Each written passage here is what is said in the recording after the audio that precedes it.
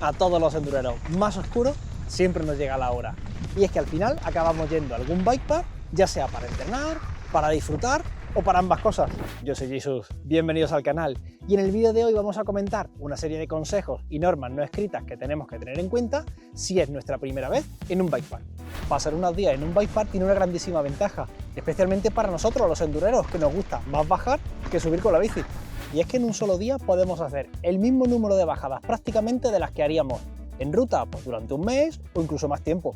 Esto nos permite entrenar la técnica de las bajadas y darle un empujón a nuestra progresión técnica con la bicicleta. Sé que muchos de vosotros nunca han ido a un bike park y cada temporada se plantea si ir o no ir. Así que lo primero que hay que tener en cuenta es que en un bike park, al igual que en una estación de esquí, las bajadas están catalogadas según los niveles de dificultad. Normalmente en Europa las bajadas se ordenan de más fáciles a más difíciles con los siguientes colores: verdes, azules, rojas y negras. Las bajadas de color verde son las más fáciles. Esto no quiere decir que sean aburridas, sino que aquí la dificultad la pones tú con tu capacidad de correr o hacer pasos más complejos o empalmadas de saltos. Me atrevería a decir que en una pista de color verde puede ir cualquier persona que medianamente controla una bicicleta de montaña. El clip de vídeo que estaréis viendo es de una pista verde y como veis todo se puede hacer sin grandes complicaciones. Las pistas azules son de nivel medio. En estas pistas la dificultad aumenta con respecto a las verdes de cara a mantener la trazada, pasar por obstáculos, alguna curva más difícil y tramos de piedras. Lo bueno es que estas pistas azules suelen tener alternativas a pasos complejos como saltos y trialeras. Luego están las pistas rojas de nivel alto. En estas pistas los pasos complejos son obligatorios. No nos van a obligar a dar grandes saltos y si nos encontramos saltos de alto nivel, todos tienen su chicken line. Sin embargo, no hay que confiarse. De pronto nos podemos encontrar un rock garden o cualquier otro paso técnico y sin la técnica adecuada habrá que bajarse. Y por último están las pistas negras. Estas pistas son de nivel profesional. Tienen saltos obligatorios, pasadas muy difíciles y generalmente un mayor nivel de inclinación. Por cierto, cada bike park cataloga sus niveles de pista según su propio criterio, aunque la mayoría comparte el mismo. Pero esto plantea un dilema, y es que en una misma pista pueden ir tanto ciclistas de altísimo nivel como ciclistas de nivel básico.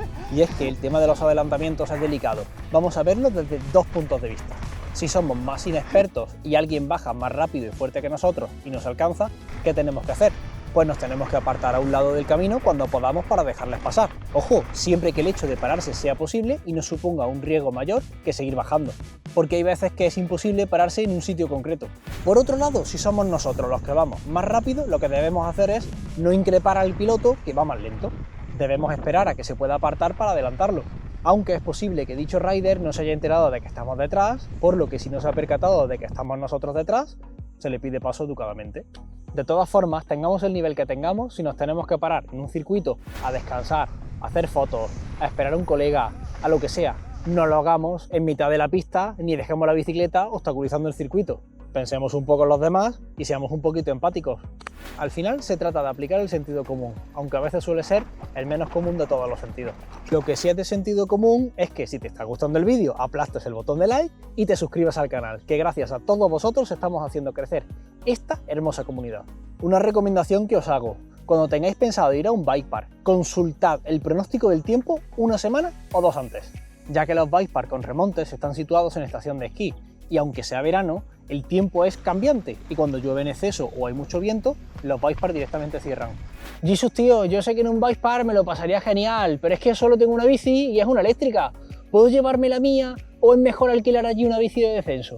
Buenísima pregunta. Si solo tienes una bicicleta y es eléctrica, claro que la puedes llevar a un bike park.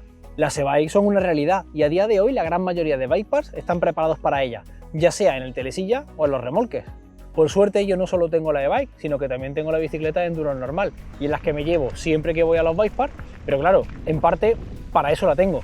Pero evidentemente una e-bike sufre mucho más en un bike park que una bicicleta normal.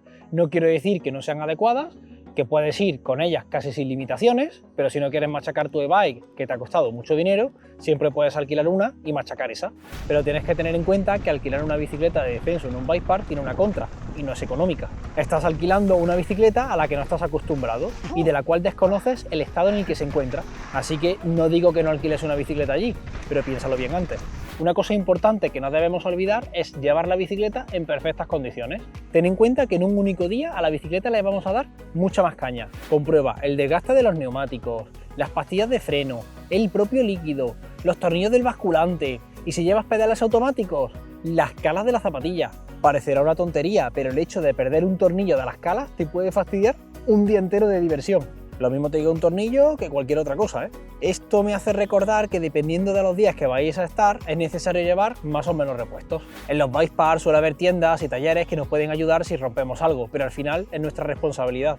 Y los talleres y las tiendas en los bike parks son mucho más caros. No hay porcentajes de descuento de tu colega de la tienda. No está de más llevar herramientas, alguna cubierta, cámaras y un juego de pastillas de freno por si las quemamos.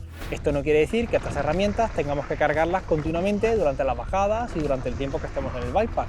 Las podemos dejar en el coche o en el apartamento y recurrir a ellas cuando las necesitemos. Y que no se me olvide, a los bike park hay que ir siempre con rodillera y casco integral, a ser posible del que no se puede desmontar la mentonera. También es prácticamente necesario el uso de máscaras, que con unas buenas gafas te puedes apañar, pero las máscaras son ideales para usar con casco integral y las podemos encontrar desde precios de risa. En mi opinión, el peto y las coderas son opcionales, pero es también altamente recomendable llevarlas, especialmente si somos propensos a caernos. En fin, queridos amigos y amigas, espero que este vídeo os anime a viajar a algún bike park y espero que os haya resultado útil. Si nunca habéis ido a un bike park, seguro que es una experiencia que os gustará. Por cierto, si quieres ver una comparativa de las 3 horquillas de enduro más vendidas a día de hoy, tanto para e-bikes como para bicicletas tradicionales, no te puedes perder este vídeo de aquí. Nos vemos en el siguiente, sed buenos.